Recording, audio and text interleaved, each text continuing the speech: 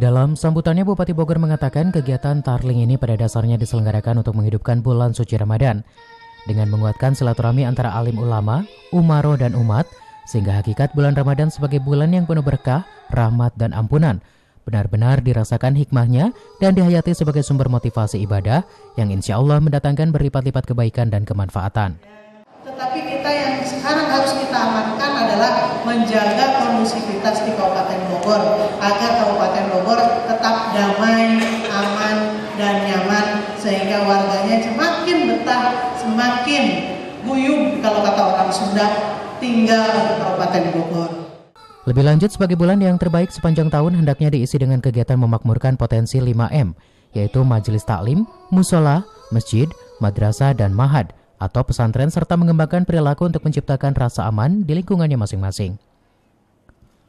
Sementara itu, Camat Sukaraja R. Makmun Nawawi mengucapkan terima kasih kepada jajaran pemerintah Kabupaten Bogor yang hadir pada kegiatan Tarling di wilayah Kecamatan Sukaraja.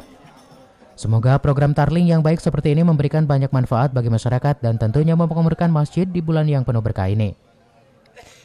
Pada Tarling kali ini, Bupati Bogor juga turut meresmikan Masjid Jami Al-Furqon, Desa Cilebu Timur, Kecamatan Sukaraja. Tim Liputan Dinamika melaporkan.